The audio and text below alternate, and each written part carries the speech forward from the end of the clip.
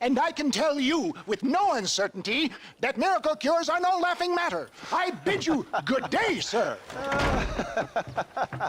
Oh, Mr. Marston, good to see you. How have you been keeping? I'm well, Mr.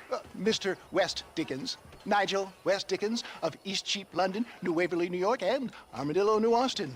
At your service. At my service. At everyone's service. At the service of science, of knowledge, of life. How are your wounds? Much, much better. But then they would be. Would be... I know a cure for all ailments, Mr. Marston. Ah, I'm sure you do. And I'm sure for just $2 an ounce, I could live forever. Oh, but for you, sir, I do a bulk discount rate of $1.95 an ounce. As long as you buy 100 ounces or more. That's a lot of immortality. Give it up, old man. That's Mr. West Dickens to you, boy. Give it up, old man. Listen, Marston, I'm broke, but this stuff is good. It works. I need a healthy young man like you. Come along, let's ride over to my newest customer at Ridgewood, and I'll explain while we go. Okay. Head for Ridgewood Farm, John, and hurry. There are people there in dire need of my tonic.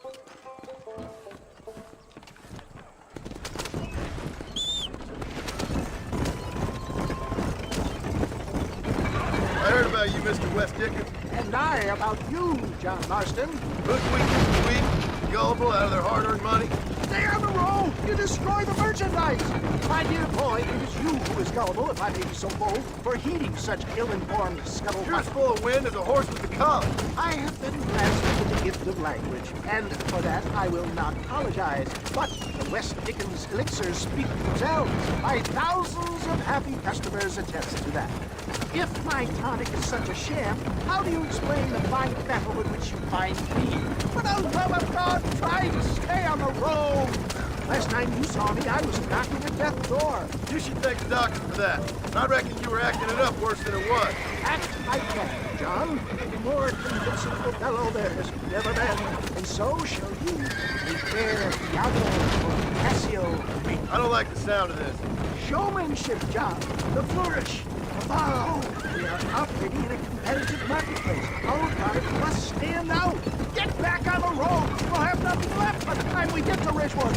And how does this involve me? We're going to use your God-given talents to our advantage. I'm really starting to regret I'll drop this. you off at the outskirts of Ridgewood. That way it won't look like we came together.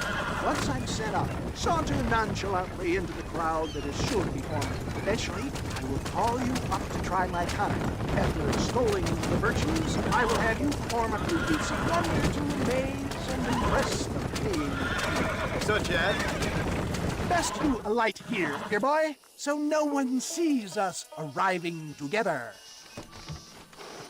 See you shortly, and remember, showmanship.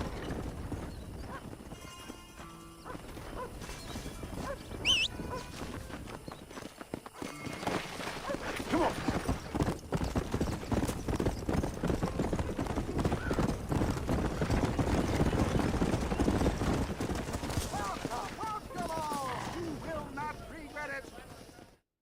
Friends, hard-working souls of Cholla Springs, gather round, gather round.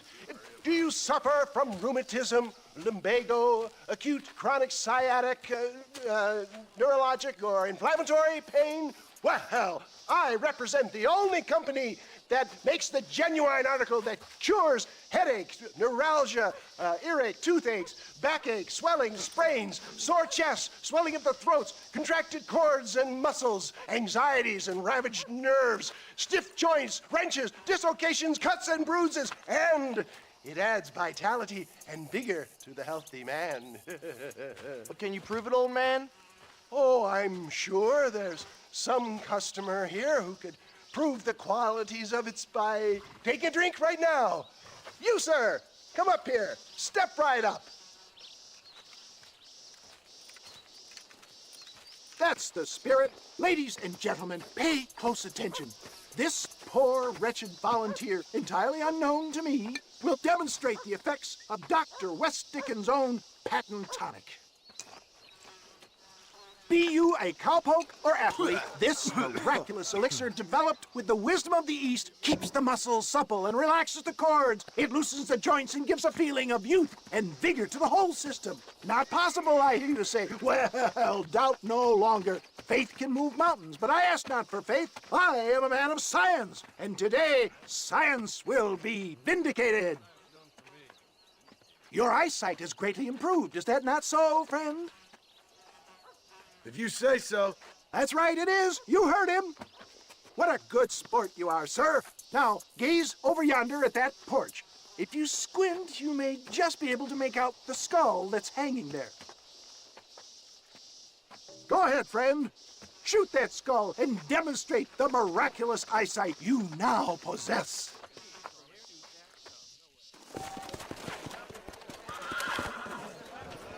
Remarkable! The eyesight of an eagle, granted by imbibing Dr. West Dickens' own patent tonic. Anybody can make that shot. This man is a fraud. If your eye's so damn sharp, why don't you try shooting my hat out of the air? My friends, our test case has been challenged to shoot a gentleman's hat out of the sky above our heads. You can fool these people, but you ain't fooling me. Right. Let's just see how sharp you is with a moving target. Right, friend. Here comes the throw.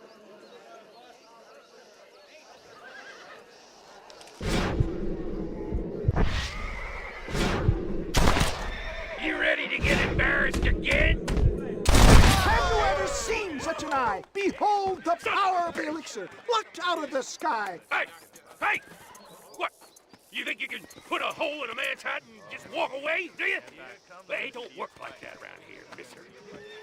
Come on! Are you a man or not? A challenge of battle has been offered to our volunteer. Prepare for a display of Herculean bull. Behold the miracle tonic. Is this how you want it?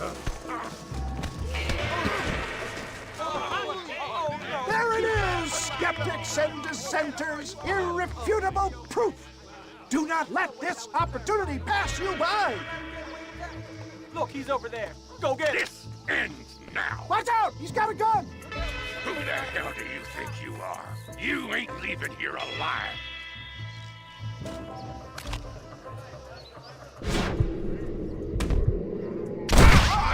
Marvelous shot, dear boy. The kind of deadly accuracy that can only be afforded by the West Dickens elixir. Come, I have plenty for all. You'll be fine. Get out of my way. Hey, where are you going? I want a bottle. Get me a bottle, please. One of them, right here. No harm in trying one bottle, I suppose. Well, I think that went kind of well, don't you? I'm just glad that my normal job involves either chasing after cattle or murderers.